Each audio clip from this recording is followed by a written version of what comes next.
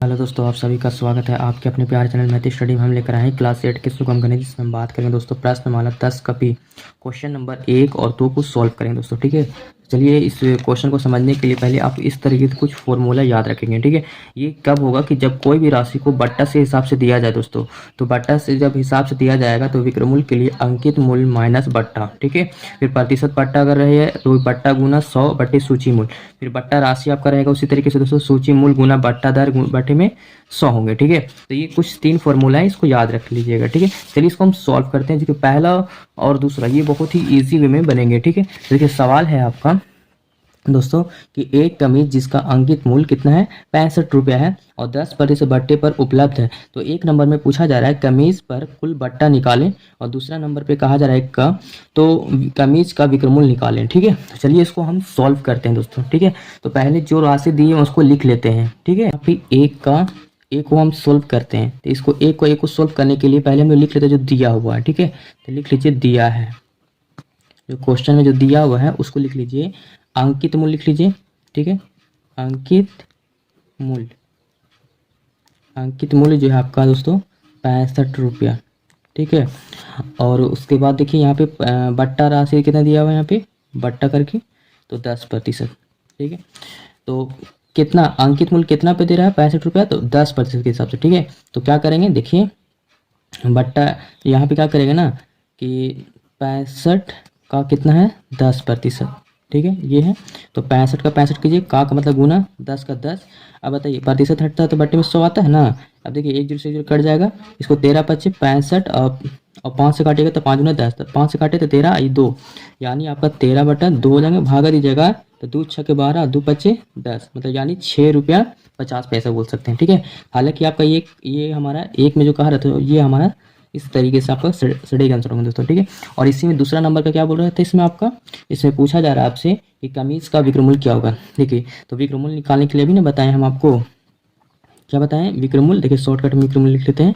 तो अंकित मूल्य क्या बताएं आपको, अंकित मूल्य और माइनस क्या बताएं बट्टा, ये ना बताएं बट्टा राशि, तो बट्टा राशि लिख लीजिए। ठीक है, तो देखिए तो अंकित मूल्य कितना था आपका शुरू में 65 रुपया, और बट्टा राशि कितना अभी आया आपका 6 रुपया 50 पैसा, या 5 पैसा बोल सकते हैं एक को, लेकिन अगर जीरो लगाए तो 50 पैसा होंगे। देखिए पॉइंट के बाद इसमें एक लगे तो इसमें पॉइंट के बाद जीरो लगा सकते हैं खुद से। तो खास लेके 10 में से 5 जाएंगे तो 5 आई 6 हो गए, खास लेकिन 14 में से अगर जाएंगे 6 तो 8 से 14 8 बचेंगे, आई कितना हो जाएंगे 5, यानी 58 रुपया 50 पैसा आपका क्या हो जाएंगे दोस्तों, सटीक हो जाएंगे इस क्वेश्चन का सही आंसर। ठीक है, तो चलिए इसको हम लिख लेते हैं एक का, अब हमारा क्या हो जाएंगे एक का नहीं बल्कि 2 का ना।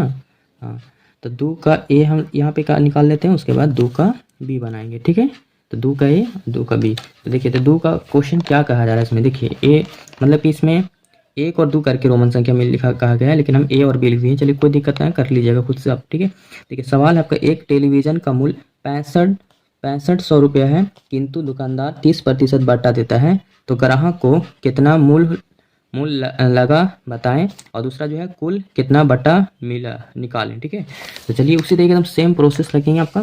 ठीक है, तो यहाँ पे क्या करते हैं ए, यहाँ पे ए नहीं एक कर लेते हैं। ठीक है, अब देखिए तो पहले लिख लेते हैं जो दिया हुआ है। ठीक है, तो हमारा टेलीविज़न का कितना मूल्य दिया उसको लिख लीजिए,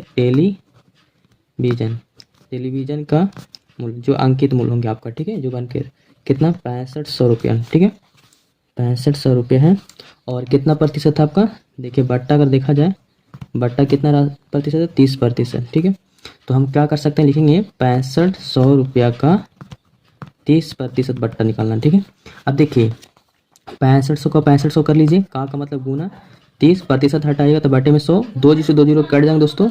अब इसमें गुना करेंगे। ठीक है, 65 गुना 30 से। ठीक है, देखिए 3 5 15 हो जाएंगे, और 3 6 18 1 19 और 0 का 0 1950 रुपया आपका क्या होंगे सटीक आंसर हो जाएंगे। ठीक है, फिर इसी का हमारा 2 का 2 कहा जा रहा है सवाल आपका, है ना, 2 का 2 में भी है, आगे पीछे हो सकता है कोई दिक्कत ना है।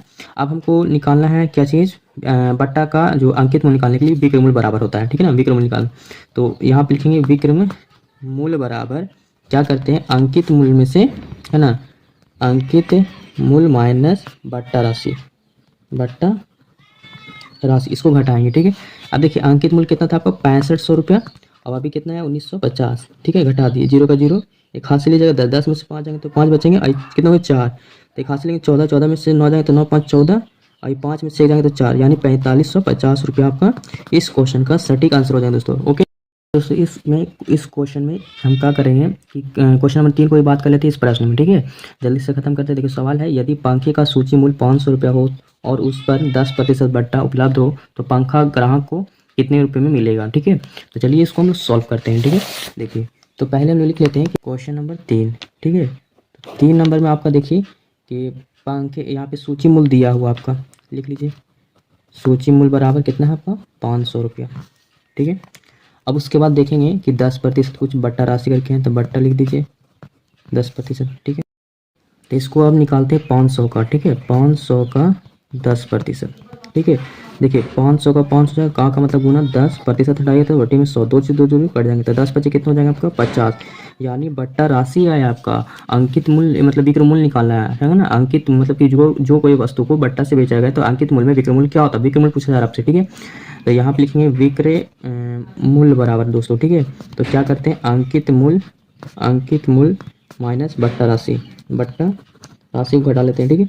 अब बताइए यहाँ पे कितना था आपका, पहले से 500 था ना आपका, 500 में माइनस क्या बट्टा राशि 50 घटाइएगा तो कितना होंगे आपका 450 रुपये बचेंगे, ठीक है। इस क्वेश्चन का सटीक आंसर होंगे दोस्तों, ठीक है। उम्मीद करते हैं यहाँ तक समझ में आएगा। फिर भी कोई डाउट लगता है तो कमेंट सेक्शन में पूछ सकते हैं। Okay, thank you.